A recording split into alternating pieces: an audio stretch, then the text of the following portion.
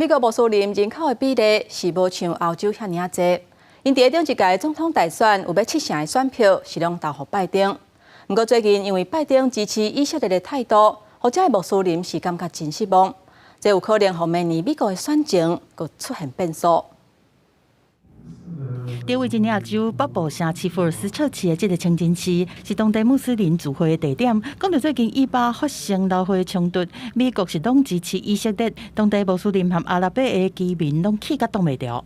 Muslims, heavily supported in the previous presidential elections, President Biden, and majority of the Muslims overwhelmingly support Democratic Party. But the response from President Biden, Secretary Blinken, and the whole Democrat Party was very distressing. No way. This is the end of it.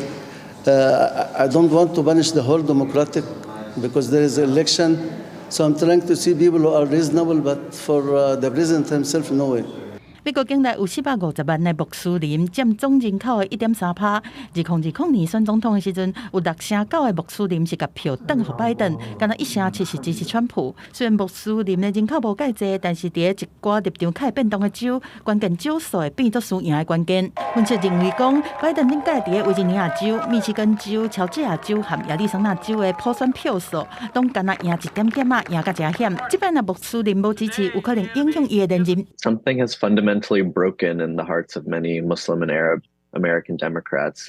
They don't see the president treating Palestinian lives and Israeli lives equally.